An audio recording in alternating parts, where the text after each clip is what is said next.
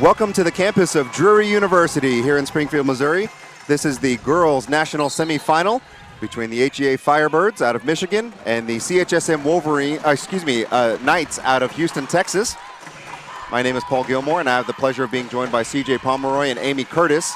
As the Firebirds win the tip, they're in the white uniforms. Over the top to Lily Williams, and she gets the first basket. That didn't take long to demonstrate what their advantage is in this game, and that is namely Lily Williams and her size.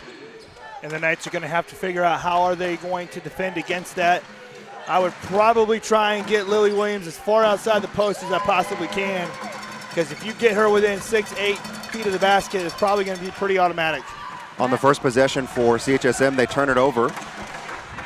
Definitely expecting a contrast of styles here. CHSM is known to run, to come at you with pressure, go fast. They have lots of skilled athletes who can compete. HEA wants to slow it down significantly. We did a game the other day where they walked it down the court. So looking to see how that contrast, plus a little extra issue here. CHSM had a tougher than expected 16U game. Many of these girls played in that and just got here shortly before tip-off. That foul was on Avery Meir. They're warmed up, but they may be a little less in the tank as they were hoping. Oklahoma Flame put up a really good matchup against them. Good patience from Lily Williams that time. She's going to be fouled on the drive. She'll go to the line shooting 2. That foul was called on Johanna Malik. JoJo, a player who has entered the starting lineup late in the season. She has a motor that does not stop running, provides a ton of energy for the Knights. One of 2 Malik sisters here on the team. Lily Williams gets the free throws there, so she's got a hot start with 4 points already.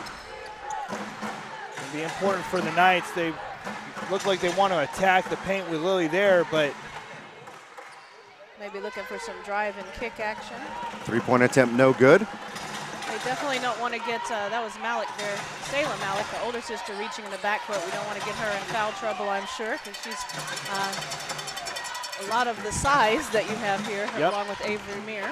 And Salem's a strong player. She may not be as tall. Lila Valentine, the 8th grader, drove that shot in and kind of wedged it in between the rim and the backboard. So that's a jump ball possession going back to the Knights. Interested to see how she handles the pressure from CHSM in this game. She had an impressive game. I had her Sweet 16 game the other day. They didn't have, it was not a competitive game. It was a blowout on their end, but she was just really impressive in that game. Good crossover. Shot no good from Stein.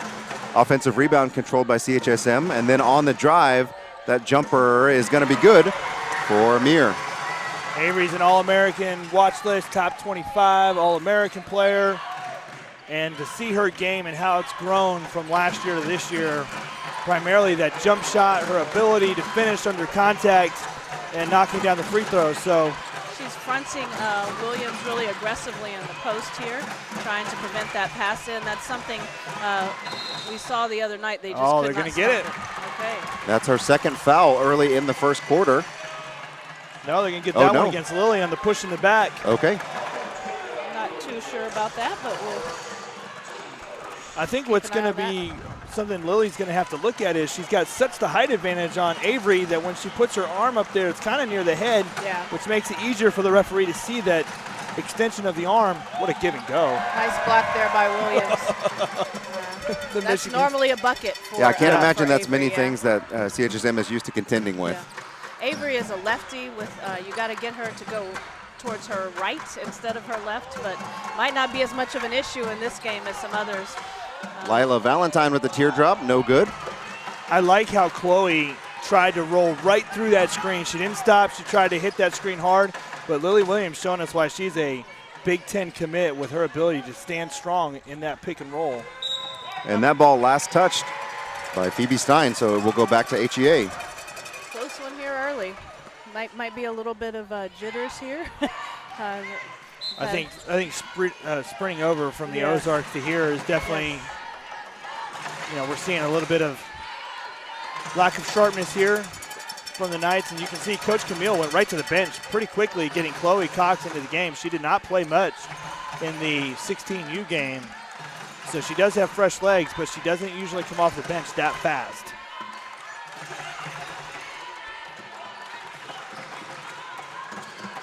Over the top once again, Williams, and no good, gets a rebound. Nope. She looks like she'll be fouled on the rebound. Amy, I think the Knights, if they're going to play Lily in the front like that, they're going to need that backside help to come a lot quicker. Yeah, we saw the other day, and I've done so many games I can't remember who their opponent was, but the opponent tried to front, but the backside help was never good enough. And they just lit him up there. That is Lincoln, the other All-American for the Firebirds. She has been really impressive so far in this tournament. She's really a fire starter. I understand that she last year was the primary ball handler, but now with Valentine here, she's able to play off the ball a lot, and she's one to watch as well. There's, as is the case in homeschool, Lily Williams also has a sister on this team. So we've got two sets of sisters competing against each other. Maybe three. Do you have two? You have more than one pair of siblings on the Chisholm team? Yeah, we've got Chloe Cox, and the 8th grader is down. She twisted her ankle, and she is still down. Depth, a bit of an issue for them. Hannah Williams comes down with the rebound, but it's ripped away by CHSM. Phoebe Stein thought about it, resets, but not before she's whistled for a travel. She still got the bucket there. That was good to see for her, but yeah, so the Malik sisters and the Cox sisters. I thought so. We've had a lot of that this week with homeschool families. One of the benefits of homeschool, even if you have a couple-year age gap, you're able to play together and have that great experience as a family. Last year's varsity team had 3 sets of sisters. Oh, wow. Phoebe Stein's sister, Esther. Yes, that is true. I remember. I'm sure Esther was watching the game, so hello, Esther. Part of that D2 championship team. They won here at Nationals. My crew was 1 game short of meeting y'all in that finals. We were really sorry not to make it there, but we ended up with a bronze ball, which was nice. Good defensive play there by Cox. Good timing not to get now the attack. Oh. Traveling violation was called. That was a big call. Amy, you mentioned this earlier, the conversation about last year, Emma Lincoln handling primary ball handling abilities. Well, now we see Valentine having to sit on the bench, and she's right back in that role. Yeah. I wonder if Coach Cox went back and watched last year's national championship game to see how the San Marcos Panthers opted to attack. Oh, nice pass there. They Dim off for 3. No. Hustles for the rebound, and the Knight player was standing with the foot on the line, so excellent hustle from Dimoff. In tight games, every possession matters. Every possession. So that type of play can make a big difference. Low scoring right now, and the Knights have not been able to get out in transition like we saw yesterday. They're choosing to double on the inbounds, but still able to get it to Lily. Just arms are so long there over the top. Good look for Williams, but no good on that shot attempt.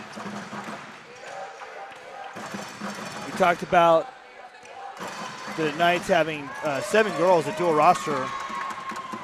Zayla turns it over there. A good pump fake from Lincoln, but it was. I think she maybe was looking for the contact instead of trying to make the shot first. It was a good defensive play there. Defense leads to offense a lot.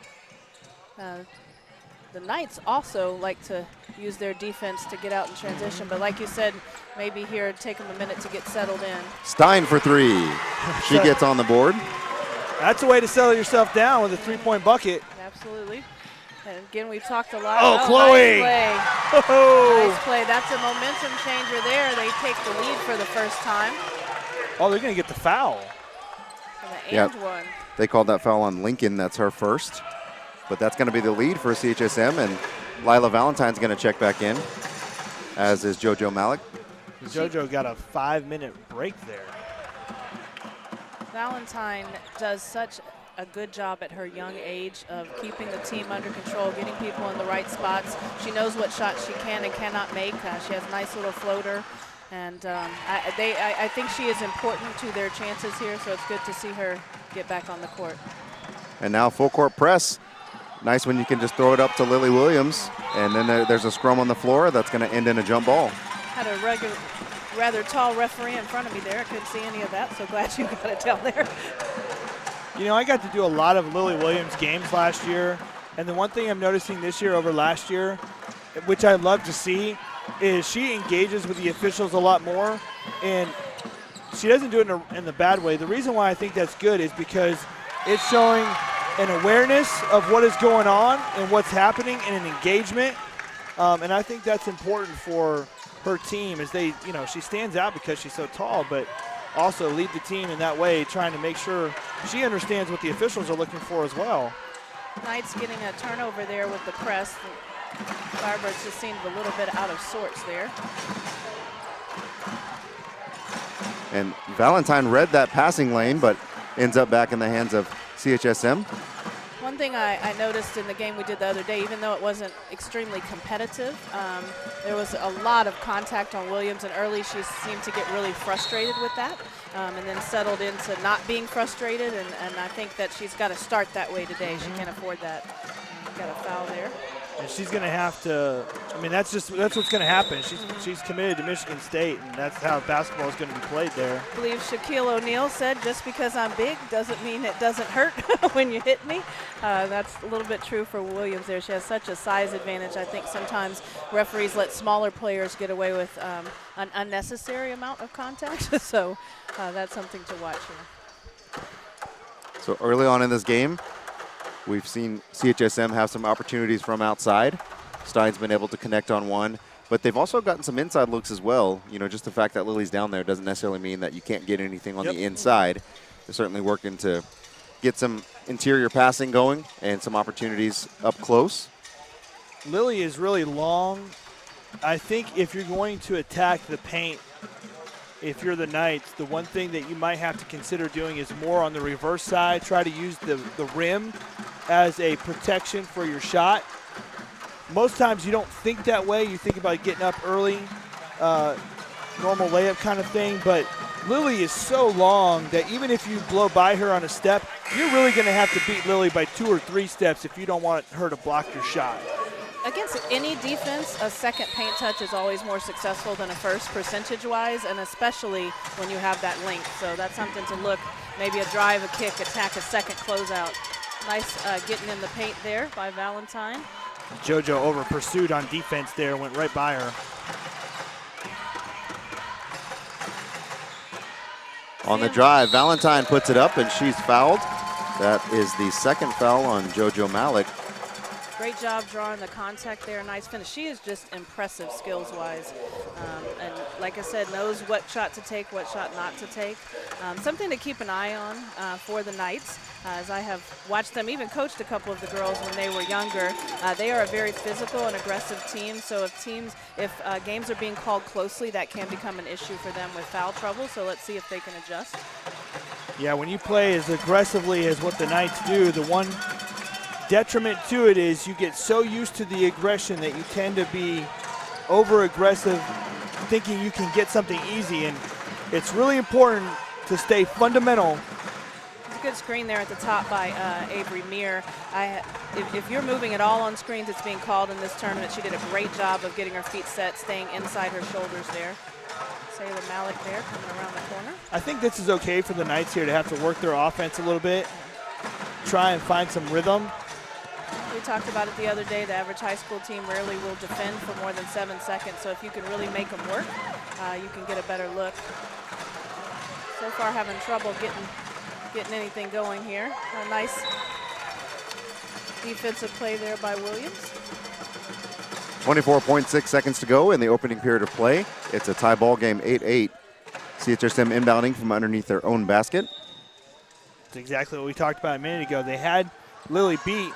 Nice elevator screen for Sayla Malik, who is a good shooter. And an offensive rebound put back by Meir. She timed it. That was what she did. She timed her jump because Lily was going to get that board. And also, that was a set play. When a set play happens, oftentimes you know where the rebound's going to come, and she got in good position for that. Valentine at the buzzer, no. And that's going to do it. Their feet set.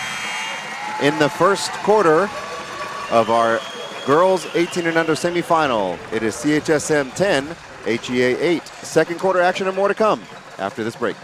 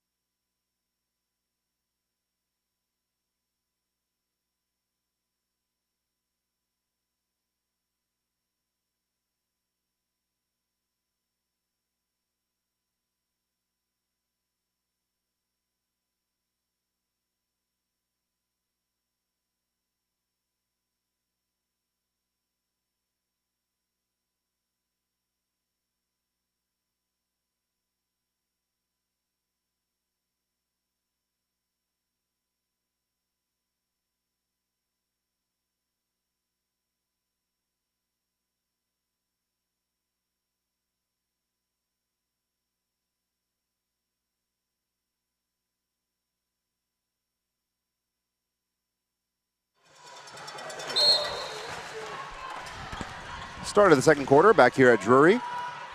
CHSM with a 2-point lead and the ball. Make that 5 as that 3 was knocked in by Sayla Malik. Sayla did not play in the 16U game that the Knights literally raced across town to get here from. She's not age eligible to play in 16U, so she's got fresh legs, and I tell you what, she's worked very hard on her three-point shot all year long. If she gets going in this game, it is going to be hard for HEA because Sayla is a very good three-point shooter. I believe her dad is her shooting coach, or he's coached her very well. And that she had an older sister that my daughter, who's graduating this year, played some really good battles over the years against. They are a basketball family, the Malik family. That three-pointer no good. Tipped away by Hannah Williams, but back in control by the Knights. Avery Muir chasing down her own rebound there. Yeah, Avery is just, the growth in her game this year has been amazing, but watching her play this week, it just seems like her game is getting better and better and better. She can step out and hit that 3 too. She's a threat inside and out. That ball knocked out by Muir that time as Williams was on the cut. Good defensive effort there. You know, discussing the 16U game, I'm pretty sure Avery played in that, correct? She did, yeah. And she's having to exert a lot of energy here defending Williams, so we got to keep an eye on that. Lincoln, nice inbound play there with the bucket for Jenna lost her man as she raced across the baseline. Sign of good coaching when you have good baseline inbounds plays. Yep. That is a stat I always look at after a game, is what percentage of the time did we score on that versus our opponents. It's a good, well, I was about to say it was a good possession for the Knights to slow it down after that play. You jinxed them again. Typically a good possession until there's a turnover. Yeah. Yes. Right on cue. Right on cue. Hannah Williams inbounding to Emma Lincoln. Bring it up here. Got Valentine off the ball here in this possession. I still think the Knights are probably a touch slow on the help defense when Lily goes low. I just think they're a little slower overall than I expected them to be, but I expect as the game goes on, they're going to pick up the pace here. Nice pro hop there by Lincoln when you go off 2. Great that job gives you by Lily. options. Oh, that's a not a good turnover. Live ball turnover. Oh, and then a nice defensive save there with the You got to give her the block ball. by Hannah Williams. Lily was all the way down the court, pretty much. But they, again, don't usually want to play fast, so that might be the reason for not pushing it up. They want to get in a set, and it worked out because they got the 3 there. Valentine for 3. She's got 5 on the game, and that 3 ties it. Meanwhile, quickly back the other way. This is what the Knights want to do. They want to get the ball down like that right there. That three-pointer short. And that is, you know, one thing that Avery does that Lily does not is she comes outside and will shoot a 3, so maybe trying to draw Lily out of the paint a little bit. And if they continue to hit 3s, that might be,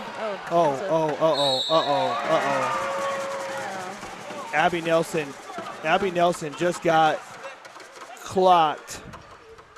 I don't know that it was intentional. No. There's just a huge size differential there. Coach Cox is upset with the result of the play. But again, Lily is just significantly bigger.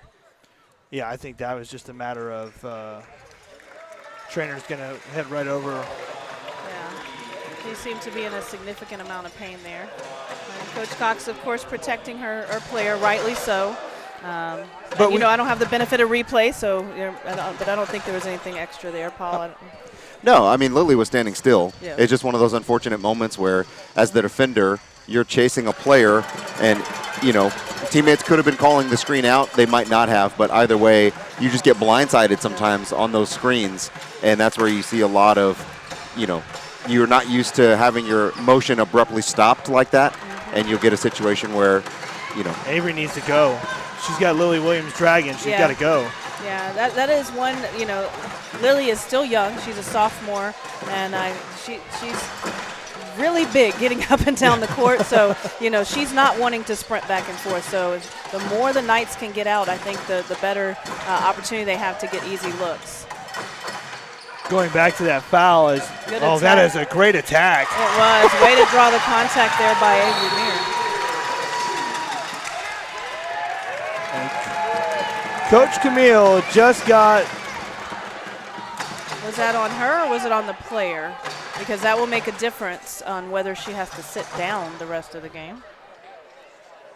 I guess he called a technical foul. I'm not sure, because they had just scored a basket. I'm not sure what the technical was about. I think maybe they wanted a foul there. Yeah. I thought it was a good no call because the contact was initiated by Avery. I don't think it should have been a charge. Bucket was good. Valentine good on the technical free throw there. Well, I think what Lily Williams is the best player the Knights have gone against, and this is with all respect to the San Marcos Panthers. Yes. Kendall Beck is just a phenomenal player. Maddie Hurd, a phenomenal player. Kayla McGarity, phenomenal player. But Lily Williams is a Big Ten commit, right? Yes. And what we're seeing right here tonight, when you see her set that screen and you see the girls hitting her as hard as what they're hitting her, that's because Lily is that strong. And if you're going to play Division I, you have to be that strong. Absolutely. And back on the subject of, I'm looking forward to that game later tonight as well, of Beck and McGarity. They are both more like small forward, power forward. They're just big. Kendall Beck oftentimes has double-digit assists. She's got a highlight where she's going between her legs, making a defender fall down. So that's a very different style of play from Lily as well. And Williams is able to connect on the first. That was the second foul on Chloe Cox. Something to keep an eye on because she is a huge spark when she comes in for this team. So Coach Camille has to take a seat after receiving the technical, and Coach Rollo now is taking her place, standing up. See if the referees allow that to continue on. You know, this is a situation where coaches and players had to rush over from the other gym. It's an intense battle. Lots of emotions go into, you know, the 2-year process of trying to build a program from going D2 to D1. So those emotions sometimes are just as big for coaches as they are for players. So that's something we'll keep an eye on. I think assistant coach over there, Rollo, is doing a good job of communicating with the officials, helping our head coach. So I don't think we'll have an issue here at all. Coach Camille, she's when it comes to player safety, Coach Camille is 100% on the going to support her players. And with Abby getting inadvertently hit as hard as what she was hit after Chloe had already run into the brick wall known as Lily Williams, you know, I can understand where she's coming from there. But the Knights have to recover right here. I mean, it's just a 2-point game. You know, there's no reason for anyone to feel like it's any more than that. I will say I love the body language by the Knights coming out of the timeout. Yep. A lot of times we've seen players coming back on the floor just, you know, not even necessarily dejected, but just, you know, kind of standing there. They're all high-fiving each other, pepping each other up. They've had a lot of success this season. They've won a lot of games, so they know how to win. That was a great possession there, a little bit out of the reach for Jenna, but Paul, you mentioned those interior passes potentially being there, and that was one right decision, wrong execution, so hopefully they can get that. Backdoor cut from Valentine. Nice cut there. I thought she was looking for the pass. Yeah, you see Williams kind of walking slow. She didn't get inside the three-point line really that whole possession. So if they go quick, she's not involved. Just a 2-point shot. Yep, pump fake by Stein, and she stepped in for the long 2. And that's going to be the 3rd foul on Chloe Cox. Yeah, this is. And again, she's going to have to adjust because Yep. they're calling that reach in. She's quick enough, athletic enough, she does not have to foul. She's got to do a better job of getting her body in the right position. It looks like Abby Nelson is back on the bench, and I think Abby's going to be, she's still in some pain there. You know, the thing to be concerned about there is a potential concussion. Yep. And if so, kind of have to watch and wait, and so not sure we'll be able to see her again. I hope that's not the case, but Williams there. And that's the 8th point for Williams, and just one of those situations sometimes where you can't teach height. Nope. Happy to see my stats agree with yours because I'm a rookie at this, and I find myself missing them a lot, but I also have 8 points, so that's good. And I'm not just saying this because you're on the mic with me, but you would not know that having listened to the games over at Ozark and then here today at Drury. I've had lots of parents reach out on social media or stop me and say I'm doing a good job, so I appreciate that. Definitely new experience, but I'm having a great time. What better way to experience these games than sitting right here on the front row? That's what I've always said. You in the thick of the action, and you get a chance to watch homeschool basketball at its highest level. That's a charge there on Williams. I think that's kind of a tough call because she tripped, but the right call because she knocked the player over. But yeah, and I think she dipped a little bit. I think you go back and watch that. I think she dipped that shoulder just a little bit. But she's looking at it again. Lily's next level college, D1 highest level college, and in college, that's probably not a foul. Yeah. She's got to be careful here because you sure don't want to pick up your third. Yep. Got a little over 2.5 minutes here left in the first half. We don't want to pick up a third foul for a key player. I've done a lot of games this week where key players fouled out, and I don't want to see that today on either side. That foul was on the reach-in by Dimoff, just her first, and that is the third team foul for HEA. Both teams being real physical. I mean, out here, 32 for HEA is really hands all over Jenna, and the two of them kind of pushing each other back and forth.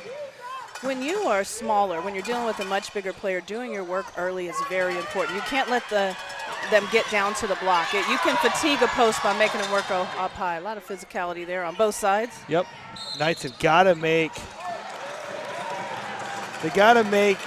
HEA pay over those second chance opportunities that they get. I think we have a foul on the Knights, and that should be the 5th team foul. Is that correct? No, I think they just said she stepped out of bounds. Oh, okay. Yeah.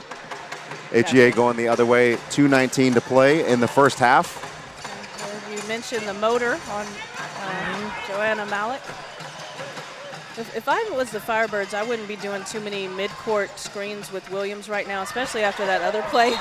She's got 2 fouls, don't want to pick up the third. That time they did a great job of getting a jump ball, but possession stays with the Firebirds. Let's see what Firebirds coach has drawn up here on the inbounds play. They typically have some really good sets on their baseline inbounds plays. I know the... Oh, way to get that pass out there. I know the Knights really feel like Lily's being really physical, and it is physical. Don't get me wrong, it is physical, but at the same time, it is for Lily's sake. Wow, big three from Stein. Phoebe. This is different from what she did last year. Last year, she did not play as physical as what she's playing. And that is going to send Lily Williams to the line. That foul was called on Salem Malik. That's her first, but that was should have been the 15 foul. So again, we've covered that this week. Different rules on the fouling here this year. Last year, 17 fouls in a half would put you on the line for a 1-and-1 bonus. 1-and-1 is done this year. The 5 team fouls per quarter, you get 2 free throws. And those are the rules that women's college basketball has used for many, many years. And it gives you some different strategy options. So I know as a coach this year, it changed the way I do some things. So I think it's a good thing because if you get in the bonus in the third quarter, you're not in the fourth automatically. So some people like it, some people don't, but you just got to adjust. I have a love-hate relationship with it. Three-pointer on the way, no good. Rebound Demoff. Joanna Malik also typically a very good three-point shooter. And another jump ball. Knight's going to be very active every time a ball is rebounded or dribbled, trying to get up into the player. And you know, going back to the topic of physicality, I think coaches, you have to really help your players stay focused because you cannot control the physicality of the game and whether it's being called or those sorts of things, but you can control your reaction. You got to stay focused. Sometimes you get in your head a bit. Nice bucket there. First points of the game for JoJo Malik. It's good to see JoJo step in on that instead of trying. That play right there is designed to go out to the three-point line for a baseline corner 3, but she didn't go all the way out because she's having a hard time with it right now. Amazing take from Lila Valentine. That's one of the trade-offs of playing 5 wide all the way up on the defense. And Valentine is just shifty and get her shouldered by people.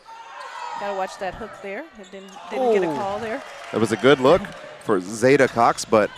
And now Valentine's going to slow it down just a little bit. I think wisely not going closely off the screen there to risk getting a foul on Lily Williams. Nice dribble handoff.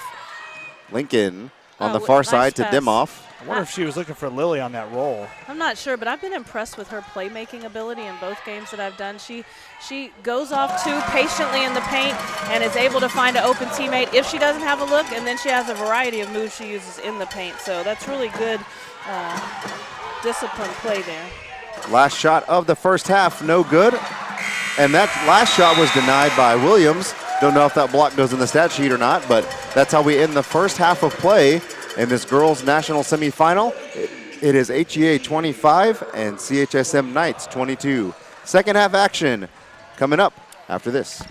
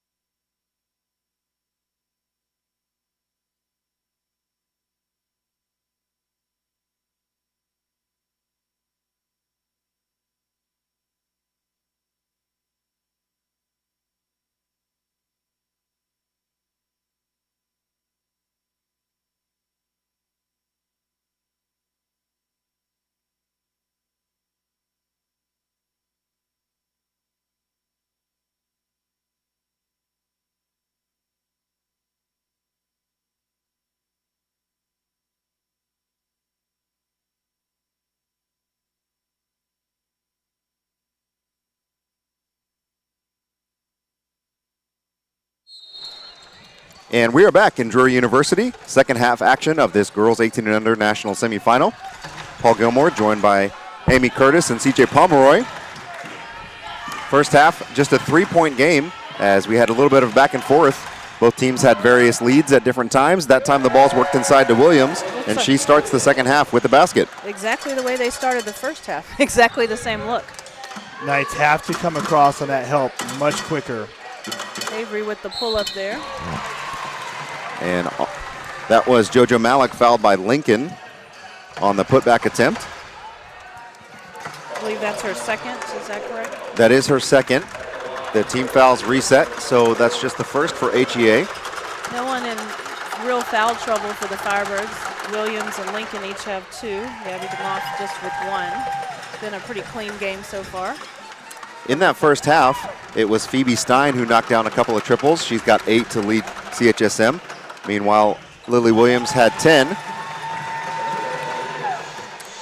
I believe Valentine also had 10 in that first half. She had 9. She missed the first technical free throw. I had her even with the miss, I thought, but I'm going to trust your judgment on that. Well, to be fair, we're not an official scorebook. We do our best. Yes. This backside help for the Knights has got to come very, very quickly if they're going to go inside to Lily Williams. Now Lily has it in the post, wrapped up by Stein, and they're going to get a foul called. We'll see if it's on Stein or Meir. They're going to give it to Phoebe Stein. That's her first. I think in that instance, that's an unnecessary foul. Lily is still developing her post moves a little bit further out. She's pretty unstoppable right on the block, but a couple steps out, you probably just need to defend and then block out and hope to get the rebound. That time she's able to kick it on the far side to Demoff, up top to Valentine, no good. Offensive rebound Williams, and she's fouled again. One of the things we talked about on the first Sweet 16 game I did with Lily Williams is she is a very good free throw shooter, at least from what I've seen so far. And that is a luxury to have when you have someone who's so powerful down low but can also knock down a free throw. No hack-a-shack strategy can be applied here. That's Avery's third foul, and Chloe Cox also has 3. The one thing that we expected the Knights to do is sprint the floor in transition, and they have not been able to really execute on that as they would like.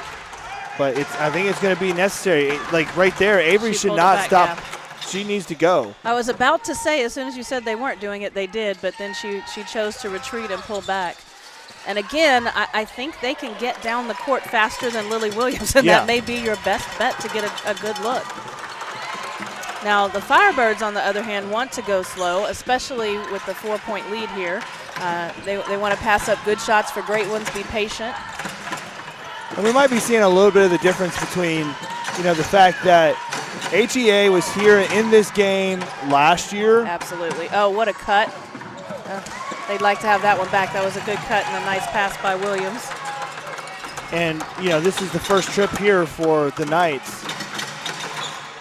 But they've got to – they're not playing their style of basketball at the moment, and they've got to get there. But they're able to keep it close. I mean, it's just a 4-point spread.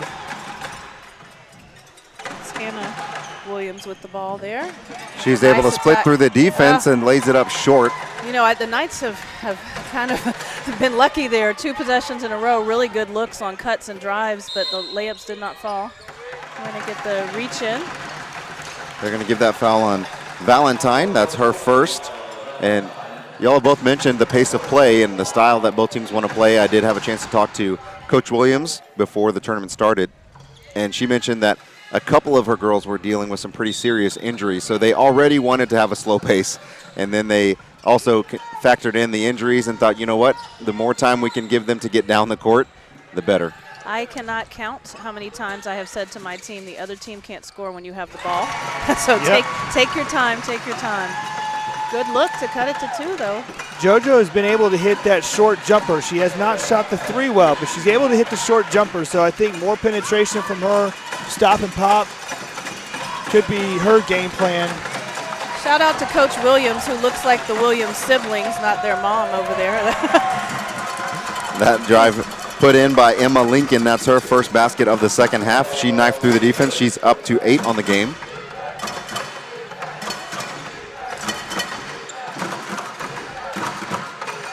Important for the Knights just to continue to keep this close. Man, she just pushed that. She did. Again, a shot she can make, but maybe not necessarily the one you want to take there. But that three was a little bit more in rhythm, but still an air ball for Salem Malik. Worth mentioning for those at home too, Paul, I know you see this. This court has 2 3-point lines. One of them is the college 3-point line. And while many of these girls have range when you are a step behind your normal line versus when you're a step behind that line is an issue. And I think that affects shooting in all of the games that I've seen so far here. As a coach, I've done games at Baptist Bible College for my team, and we go over it before, but they don't always in the game, in the heat of the moment, realize it. Meanwhile, Dimoff, after the excellent ball movement from HEA, knocks down the triple. And to add to that, Amy, as well, we've noticed this week that a lot of teams playing at Drury, they're not used to being in such a cavernous gym that's got no depth perception behind the baskets. Unfortunately, my daughter inherited very poor vision from my husband, and depth perception for her, especially when she was younger, was a huge issue. Now that she's a little older, it's more of a feel thing. But sometimes in those regional gyms, at Big South Regionals at Grapevine, it wasn't always an issue for her because there's nothing behind the basket. That time, Lily able to create some space. So in that case, I would think Coach Camille actually has an argument right there, because that help came early, and Phoebe stood strong. I mean, she's not going to be able to keep Lily Williams from pushing her, but Phoebe was there in the position that she needed to be. Yeah. Fortunately, no contact with the elbow to the face there. Like you said, Lily's so much taller that she can unintentionally be in a position where she makes contact with the face. And Coach Williams is going to take a timeout, full timeout, as they've now opened a 9-point advantage over the Crimson Knights. 3:24 to go in the third quarter. So CJ, Amy, at this point of the game, it's been a very tightly contested ball game the entire time. And for the first time in the game, you look up and it's a several possession game. So if you're Coach Cox, what are you talking to your girls about during this timeout? And if you're Coach Williams, what are you talking to your girls about? Why don't you talk about Coach Cox there? You're familiar with her. You got to get back to what you know works, and running works. You got to get out in transition. Even though the length and size of HEA makes it look like the space is taken, you've got to trust the fact that if you get out and sprint, eventually when you get into the fourth quarter, that's going to turn into layups. And so you're not playing for this possession, you're playing for the possessions in the fourth period. So if I am Coach Williams, I am starting with, we are going to walk it up if we can. We're not going to take any risks. I am okay with a dead ball turnover if you get a 5 count or something, but don't make a bad pass that leads to a transition layup. And then extreme patience on offense, pass up a good shot for a great one. They can't score if we have the ball. And then lastly, we must defend without fouling. The last thing you want to do when you have a lead is give the other team points without the clock moving. So we defend without fouling. Hands up if you give up one shot, but we don't want to give up the and one, right? So hands straight up, be big, and do not foul. And we've talked about the pace of the game as well. So far, it looks like HEA has done a better job of dictating the speed of the game, which has been a little bit slower than I'm sure what CHSM is used to playing. They also have really good off-ball movement and cutting, and patience there by DeMoff to wait for the cut by Lincoln, to get a good interior pass, and then the drop-off to get Williams a good look. And I know they gave up points there, but the Knights came out with a press, and I honestly think they need to stay right there, because that press can speed up a team. Yes. They also need shots like that from Salem Malik. That's her second triple of the game. Cuts the lead back down to single digits. And the Knights want to press without fouling. You just hope to speed them up. Maybe they take some tough shots and miss them to give you some opportunities. And for the Knights, that's their bread and butter, is playing. There's a pretty quick shot there by Valentine. It was open, but it was a little bit quick. And that's a good shot versus a great shot. I like a little more patience there, even though that's makeable. If you make it as a coach, I'm like, okay, but still, I don't want to tolerate in a win what I wouldn't appreciate in a loss, and I want to take our time there. It's also a dangerous run in from Lily. She could have been called for an over the back Absolutely. on that last possession. And that's Selah. She's just a super confident shooter. I don't think that was the right choice right there because I don't think it was in rhythm. I think she was sped up a little bit, but Good long pass up the court by Williams. Again, a luxury to have her against the press. That time, Demoff on the fake, shuffled the feet. Which is why you want to press so you can speed them up. Yep. I don't think they were sped up. I think that was an unforced error there. But when you speed them up, what you're doing is you're keeping Lily Williams between three-point line and three-point line. You're not letting her go block to block. Right. And that's really what you want to do. You want to keep her outside of the paint as much as possible, offense and defense. Nice pro hop there by Cox. She's a very skilled player. If I'm not mistaken, was she 12U eligible last year? Or was last that year. Okay, last year. So she's a very young player. Oh, and I think she's going to I think the referee called that out of bounds instead of calling the foul. I like that. That's good game management. I think that was probably a foul on Cox, but glad she didn't pick up her fourth. And as a coach, we get frustrated when Wow, what a pass inside to Williams from Valentine. This kid can play. I've been featuring some kids on my Twitter. My daughter's been doing the same thing. Valentine, the future of homeschool basketball. I was going to say, we mentioned in a game that we had yesterday with HEA that we're definitely going to need to keep her in mind as we're looking at these All-American watch lists and players that are on the rise. The 8th grader really has come to play. And even on the boys' side, their starting point guard for HEA, which made it to the Sweet 16, is an 8th grader as well. He is. He had a phenomenal game I did the other day. So, again, just a lot of skilled players. It's one of the advantages of homeschool is that you can play up. And, you know, for my daughter, she played up a lot when she was 12 and 13 in just a small role. And then by the time she was 14, in the end of the season, she worked herself into a starter. But that allows you to be on a younger team, get some experience, kind of being the leader, being under control, but then learn from older kids. I just think homeschool basketball is a phenomenal way to develop yourself as a basketball player. I don't think there's a better way to do it out there. I'm a little biased. But we've been really trying to spotlight homeschool athletes recently. CJ's been doing an incredible job reaching out, making people aware of how many talented athletes we have here at Homeschool Nationals at all ages. Watched some great 10U basketball earlier this morning. They have I put on Twitter earlier. They did a little dance in the timeout to practice how they were cutting. So having a lot of fun at 10U. So CJ, I did just want to interject and ask you a quick question because I know we've had this conversation off mic, but you have someone like Valentine who's an 8th grader playing at a varsity level. How does that affect any kind of potential eligibility? I think that just varies from state to state. State to state is where it's going to vary. The most important thing for anyone watching this broadcast that's homeschool is just to make sure you are aware of what the NCAA requirements are and the NAIA requirements are for academic eligibility.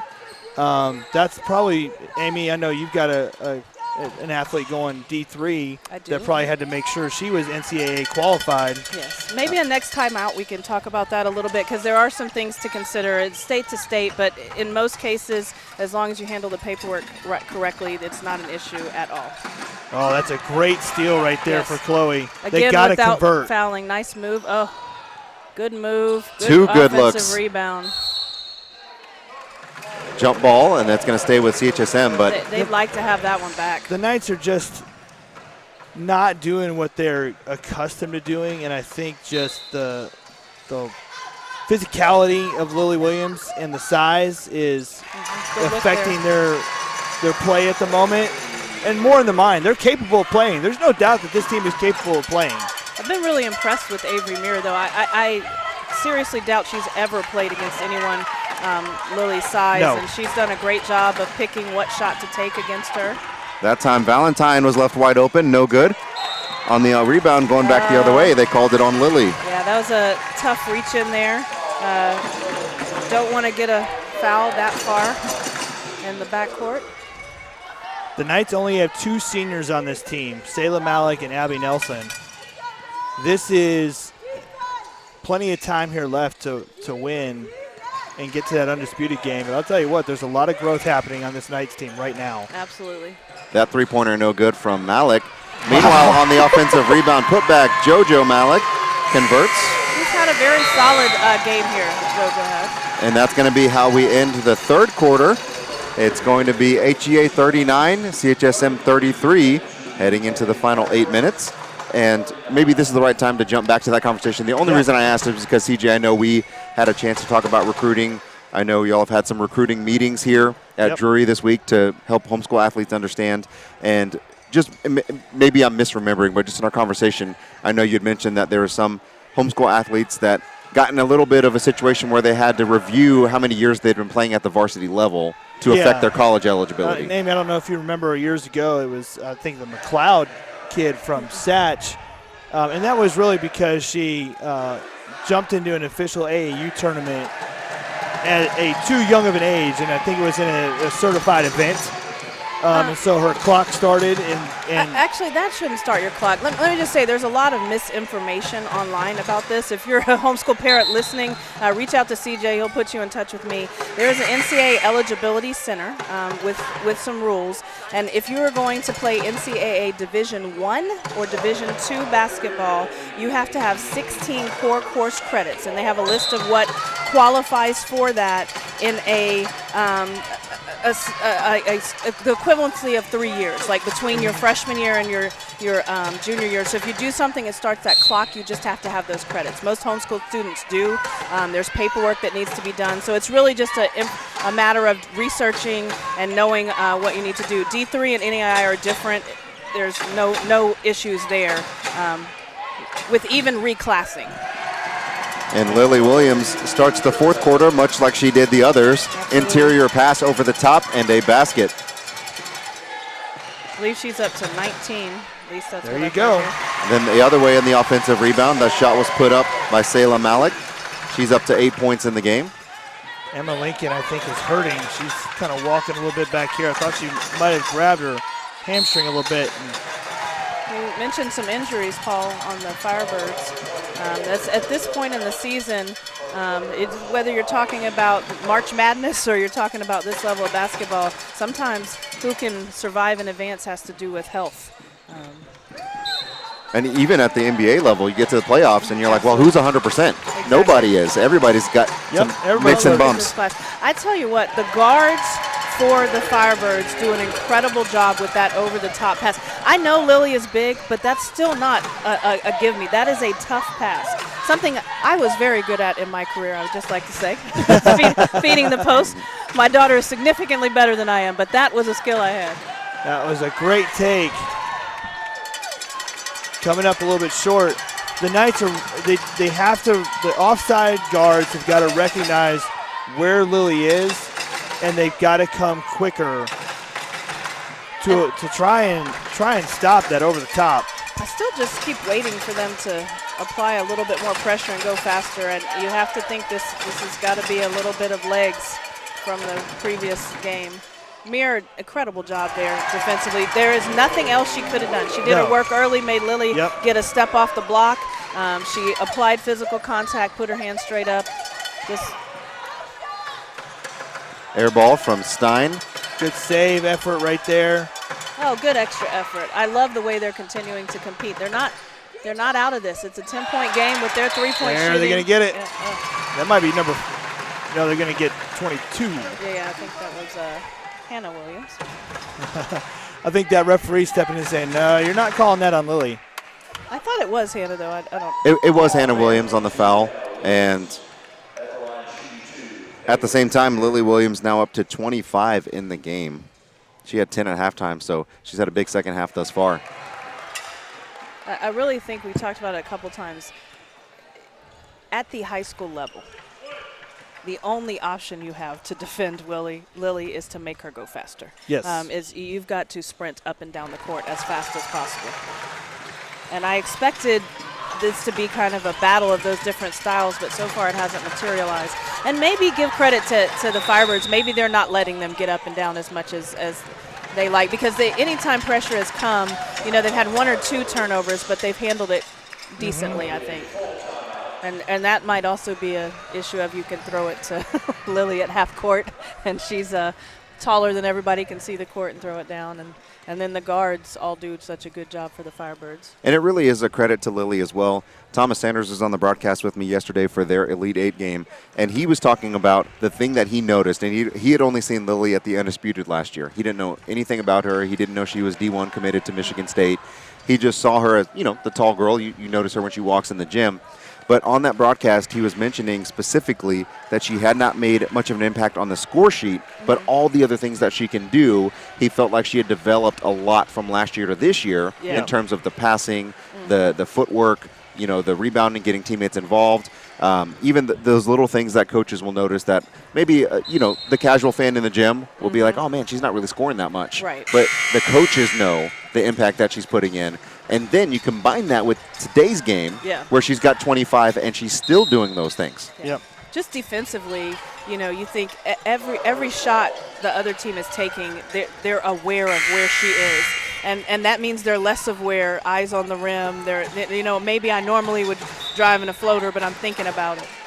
So huge impact all around. So the Knights have made a defensive adjustment. They now have Phoebe Stein face guarding to bring Avery off of the backside, and she's going to get called for the foul. And I think when she was on the front side, she did a really good job of battling without fouling. That time she needed to just stay vertical, and she maybe needed to get there a second sooner. There's no reason to swipe down. You're not blocking that, right? And you mentioned it earlier, Amy, too, that you can have the perfect positioning, and it still might not matter because of the talent and height and length that Lily has. But you've got to put yourself in positions where you can succeed.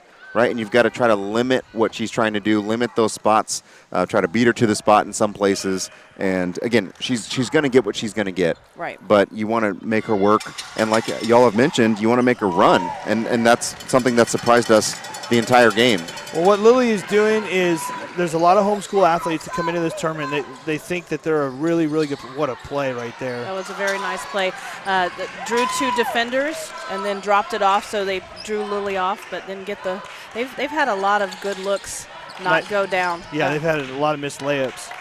But the one thing I've noticed in this tournament is you get a lot of really good, talented homeschool players that come to this tournament. They feel like they're a really good player. Maybe they're an All-American. Maybe they're being voted for in the National Player of the Year. But nice drop off. Good feed from Lincoln. The thing that I have known from years of being here is this. The true D1 players, they dominate. And they dominate consistently. Yes. And they impact the game all the time. And that is what Lily is doing. That time, she got pump faked and turned around, and she still recovered enough to knock that ball out of bounds. CJ, I know you're really familiar with the Sanders brothers. Paul, I think I don't know if you coached or played with CJ Justin played Jackson. with Thomas. I played with Jesse. So I am very familiar with Juwan Player's game. And, you talk about dominate, and can you just tell right away, even today, when I'm in his gym watching him play with current high school and college players, he's the fastest person on the court, right? So, that's something you can see right away. Yep. And so a lot of these players, like you're talking about, that are All-Americans and wondering why maybe somebody has looks from college coaches and they don't, is you got to get a lot better at a lot of other things. Because you're not going to go to if you're not dominating like Lily, you're not going to go to college and have the ball in your hand all the time. So you better be able to block out. You better know when to drive, when to not. Valentine's a great example of that. Play with pace. Be able to, play help side defense. That opportunity for Lily. And those are the things that have got to be mentioned because, that created the opportunity for Lily to get those last 2 points. Go ahead, Paul. No, I was going to say, with those last 2 points, Williams is up to 31 on the game. And at my count, 7 of 8 from the free throw line. Talk about dominate, that's another area. The other thing, I watched the Firebirds last year, not as closely as I am this year, but I remember thinking that, man, if they could just get a little bit better guard play, that they could dominate. And so I don't want to discount, while Lily is dominating, I don't want to discount the contribution from everybody else on this court because they're doing the job to get her the ball in the right place. They handle pressure, right? Because Lily's not going to bring the ball up the court, so if they can't handle pressure, they can't win. And then I think the addition of Valentine has really helped them elevate from being runner-up to possibly being able to take the national championship. If they can advance on. They've also done a really good job of boxing out as well. I've noticed on the last couple of possessions, the ball's hit the ground before somebody's grabbed it. mentioned Juwan Player a few minutes ago. He's trained my daughter for years. He's just a great guy. Come and help with the recruiting workshops for parents, but he always says if you know the importance of little things, you'll realize there are no little things. Blocking out, loose balls. You know, I can't tell you how many games I've done this week where teams have given up free throw rebounds, right? Oh, yeah. That should not be happening on a consistent basis. Yep. You got to pinch the good rebounder. So all those little things showing up, a sign of great coaching on the part really of both coaches here. But the shots just aren't falling quite as much for the Knights, and they don't have much of an answer here for Lily Williams, who not only is a Michigan State commit. I don't want to start naming them all because I'll mess it up, but on social media, I believe she's offered by every major Big Ten school for sure. I know Iowa offered her. There's a long line of coaches who would love for her to play there. Would not surprise me if one of them were here in the gym or come tomorrow just to, you know, with the new era of college recruiting. Oh, way to chase that down. I love it when a teammate takes a bad pass and chases it down, makes that hustle play. So this is a little bit of a shameless plug, but I had a chance to sit down and have a conversation with Lily, and I was joking with her that I believe during the podcast that I recorded with her, she probably got 7 more offers. You might be right. And now she's got a plug in her nose. Looks like she might have got a... Yeah, she had bleeding there during that timeout, which is why they took the timeout, was to get her over to the trainer. Yeah. 2.5 to go here for the Knights. They're really going to have to start attacking the basket. I think that's a sign of respect on the part of Coach Williams, taking that timeout, realizing you can't take this victory that it looks now like they could have. You got to have Lily out there because the Knights are such a powerful team. You take her off the court, they're going to start scoring. Absolutely. The Knights going to feel like there's life. Yeah. And they're going to play to the very end. There's no doubt about it. They got to get right there. They got to get a stop, and now they got to string together. That was an scoring unnecessarily possessions. quick shot there by the Firebirds. Oh, I thought she was going to pull that 3, but. And, you know, that JoJo would typically take that 3, but she's missed so many of them in this game that I think she's hesitant now. You got to shoot. You got to take that shot. Look, if you've missed it and you're a shooter, the next one's bound to go in. Good job of going into the contact, but I think the length just too much there. Yeah. You're not going to force the referee into calling a foul against Lily just because you attack her. And you see here how Lily is walking down the court. So, you know, I just think that was an opportunity that was missed up to this point in this game. Knights only have 2 fouls. They should really be going for the steal right here. Yeah, we got to maybe start getting in a position to play the foul game, and I think they do. And there's Zeta really getting after it. You got to trap this right here. You got to keep that. You got to keep that. So I wish they would have called that a little sooner. To me, it looked like they were intentionally fouling. I did not like the end of that Tennessee Heat game last night, where they were obviously intentionally fouling, and then you go to make the extra effort because the ref's not calling it, and it becomes an intentional foul.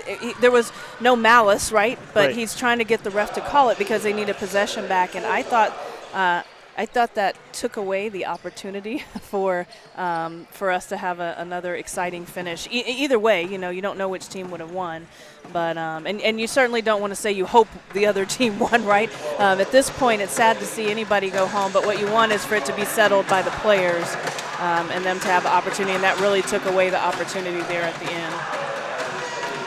We're going to have 1 minute and 12 seconds left to play in the game. And HEA currently has a 51-40 lead. If you're the Knights right here, you got to go for the 5-second call. If there's a way for you to draw a foul without the ball coming in, which there always is, it's just making sure you don't get called for the intentional foul. If there's a way to get that foul without the ball coming in, that's really what you want to do. But they cannot afford for any time to come off this clock before they get their next foul. You also want to try to steal a possession without. I mean, you do need to get in a bonus, but you want to try to steal a possession. Tennessee Heat is great at that. That put them in a position to win that game the day before because they got 2 jump balls, I think, when they were in a position to have to foul. And good job by Valentine to go into the backcourt. I think that took a little too long. Look at how she protects the ball. Oh, wow. And man, she got through. That took too long to call.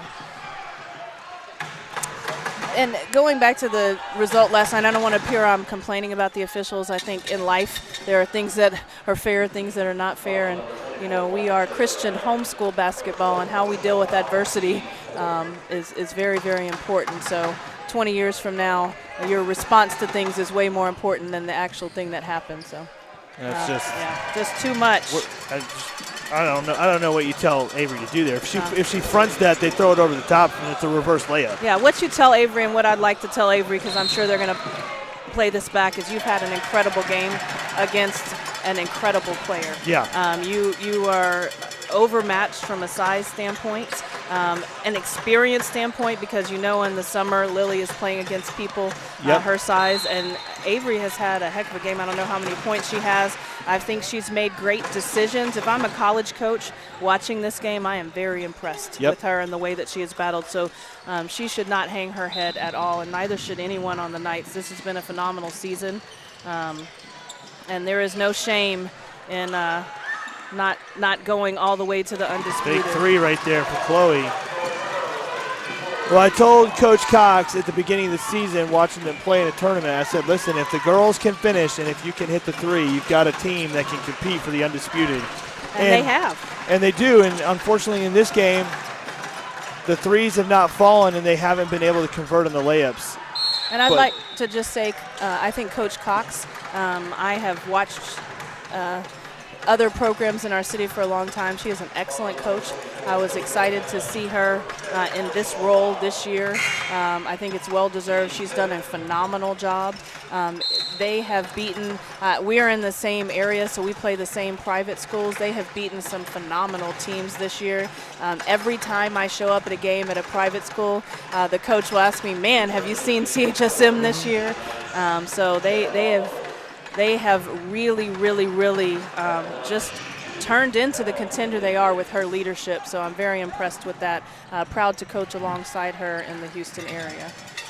And this is, you know, this team will be back. Yes, absolutely, absolutely. This team got a ton of experience this year. A lot of these girls dual rostering. That, you know, it's always possible that could have played a small role in this game, but there's a lot of experience here. This team will be back. They're going to be a lot of fun to watch next year. Absolutely, and they've dual rostered all year. So, and with nationals, your schedule, you know, you don't have 5 games a day. So, I don't think they will use that as an excuse. I think they competed great. And you can't measure success by the result of your last game or next to last game in this case. Overall, this has been an incredible season for them, and I expect them to go out and compete tomorrow to end up in the top 3 in the country. Yep. And so that's going to do it in the girls semifinal. The first one, as the HEA Firebirds return to the undisputed national championship. Well, they will await the winner of the game coming up next, which is going to be between the defending national champions, San Marcos Panthers, and the West Michigan Hornets. So your final score, well, they took it off the scoreboard, so I don't remember, but HEA wins, and that will do it for us here at Drury. Make sure you stick around for the other girls game on the other side of the bracket, and the boys' Final Four coming up later tonight. On behalf of myself, Amy Curtis, and CJ Pomeroy, we want to thank you for joining us, and make sure you stick around for the next one.